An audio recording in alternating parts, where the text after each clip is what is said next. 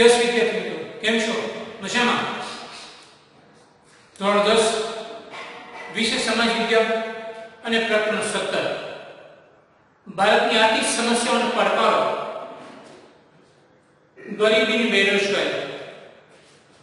તમને ખબર છે મિત્રો કે ભારતીય તંત્ર છે એ ઘણી બધી આર્થિક સમસ્યાનો સામનો કરી રહ્યું છે. એમાં ભાવ વધારો, એકવાર ભાવ વધે છે પછી ભારત દેશમાં ક્યાંય ભાવ ઘટવાના ચાન્સ બહુ ઓછા છે. ભાવ વધારો, એકવાર ભાવ વધી જાય પછી ક્યારેય ભાવ ઘટવાની સ્થિતિ આવતી જ નથી.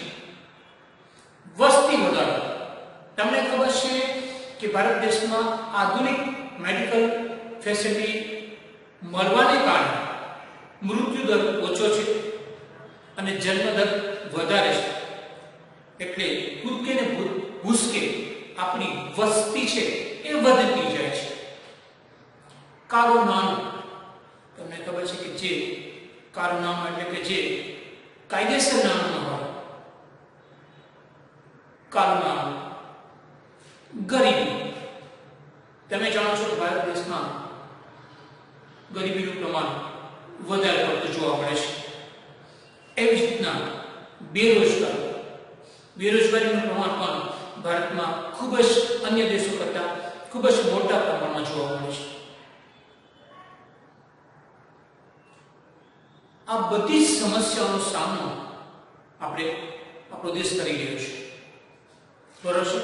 તો ગરીબીની વ્યાખ્યા આપણે ટેક્સ્ટબુકમાં આપેલી છે કે આપણો સમાજ અથવા જે તે વ્યક્તિ છે અન્ન, વસ્ત્ર, રહેઠાણ અને મેડિકલ ફેસિલિટી, આ બધી જ જે પાયાની અથવા પ્રાથમિક સુવિધાથી વંચિત રહેતી હોય તો આ પ્રકારની વ્યક્તિને ગરીબ કહેવામાં આવે છે. તમારા પેજ નંબર 133 ઉપર એક ચિત્ર બતાવેલું છે. એમાં બે સ્ત્રીઓ છે એ રસોઈ કરે છે ખુલ્લામાં અને ચૂલા ઉપર રસોઈ કરે છે, જોઈ શકો છો. તો એ ભારતમાં ગરીબીનું ચિત્ર બતાવેલું છે કે ભારતમાં કઈ પ્રકારની ગરીબી છે. તમે તમારા ટેક્સ્ટબુકમાં જોઈ શકો છો. પેજ નંબર 133 ઉપર એક સરસ મજાનું ચિત્ર આપેલું છે. મિત્રો, જે આર્થિક સમસ્યાઓ છે બરાબર છે, એના ઘણી બધી આર્થિક સમસ્યાઓ છે ભારત એનો સામનો કરે છે. હવે આ ગરીબી રેખાથી નીચે જીવતા લોકો, જે બીપીએલ એટલે બિલો પોવર્ટી લાઇન એમ પણ કહેવામાં આવે છે, એના લક્ષણો જોઈએ આપણે, એટલે કે સામાન્ય લક્ષણો નીચે મુજબ વર્ણવી શકાય કે જે ગરીબીને લગતા લક્ષણો છે. મિત્રો, કાલે પણ આપણે એની ચર્ચા કરી ગયા હતા અને છતાં આની ચર્ચા કરી છે કારણ કે પરીક્ષા માટે આઈએમપી પ્રશ્ન છે. તો ફરી પછી એકવાર રિવાઇઝ કરીએ છીએ આપણે કે જે વ્યક્તિને બે ટક પૂરતું ખાવાનું અથવા તો ભોજન મળતું ન હોય એ વ્યક્તિને બીપીએલ એટલે કે ગરીબી રેખાથી નીચે જીવતા લોકો તરીકે આપણે ઓળખી શકાય છે. પછી ના છૂટકે ગંદા વસવાટ કે સ્લમ વિસ્તારમાં રહેવું પડતું હોય, એની ઈચ્છા ન હોય પરંતુ પૂરતા પૈસા ન હોવાને કારણે એ લોકોને મજબૂરીથી એવા વિસ્તારમાં રહેવું પડતું હોય તો એને પણ આ જ લક્ષણોમાં આપણે સમાવેશ કરી શકીએ છીએ. જેઓ મોટા ભાગે નિરક્ષર હોય અથવા તો શિક્ષિત ન હોય કે અભણ હોય, ગરીબ છે એ લોકો વધારે પડતા ભણેલા હોતા છે, કેવા છે? અભણ હોય છે. તો એ પણ બીપીએલ એટલે કે ગરીબી રેખાથી નીચે જીવતા લોકોમાં એનો સમાવેશ આપણે એને કરી શકીએ છીએ. રહેવા માટે પૂરતી જગ્યા ન હોય એટલે કે મોકળા સારી જગ્યા, બહુ નાના નાના રૂમમાં રહેતા હોય તો એ પણ એમાંનું એક લક્ષણ છે. જો પોષણક્ષમ આહારના અભાવે સતત નાના મોટા રોગોથી પીડાતા હોય, જ્યારે પણ સ્કૂલમાં અથવા તો બીજા અન્ય સ્થળોએ જ્યારે કેમ્પ થાય છે ત્યારે લોકો ચેકઅપ કરાવે છે તો વધારે પડતા ગરીબ લોકો છે એ ઘણા બધા દર્દથી પીડાતા હોય છે. કારણ કે શા માટે? તો કે એને પોષણક્ષમ આહાર મળતો જ નથી અને પોષણક્ષમ આહાર ન મળવાને કારણે એક તો કુપોષણનો શિકાર બને છે અને નાના મોટા અન્ય રોગોથી પીડાય છે.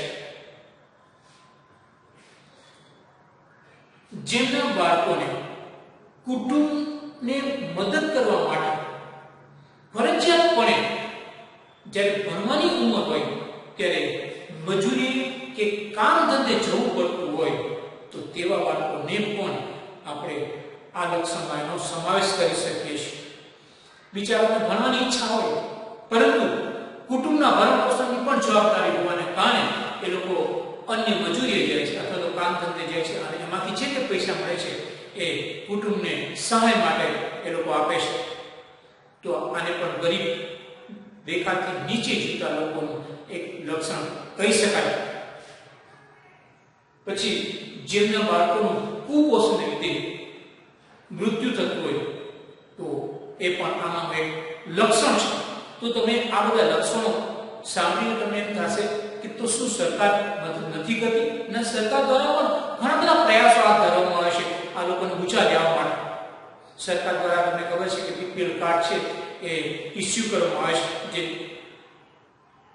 બરોબર છે. બીપીએલ કાર્ડ તમને ખબર છે, બિલો પોવર્ટી લાઈન, અને દર પ્રતિ માસે અનાજની વ્યવસ્થા કરવામાં આવે છે, જેમ કે ખાંડ, ગોળ, તેલ, અનાજ વગેરેની વ્યવસ્થા દ્વારા સરકાર છે એ આ લોકોને ઊંચા લાવવાના પ્રયાસો કરી રહી છે. સરકાર દ્વારા પણ પ્રયાસો ચાલુ જ છે મિત્રો, બરોબર છે.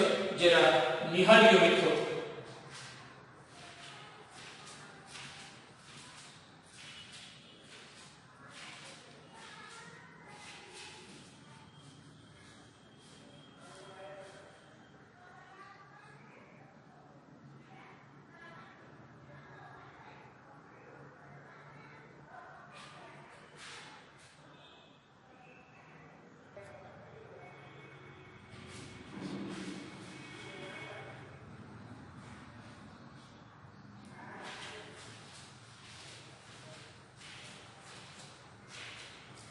મિત્રો, આપણે બીપીએલ એટલે કે બિલો પોવર્ટી લાઈન, ગરીબી રેખા નીચે જીવતા લોકોના લક્ષણો જોઈ લીધા. હવે ગરીબીનું માપન એના વિશે આપણે ચર્ચા કરવા જઈ રહ્યા છીએ. ગરીબીનું માપન બે રીતે થાય છે, બરોબર છે. બે રીતે આપણે જોઈએ ગરીબીનું માપન.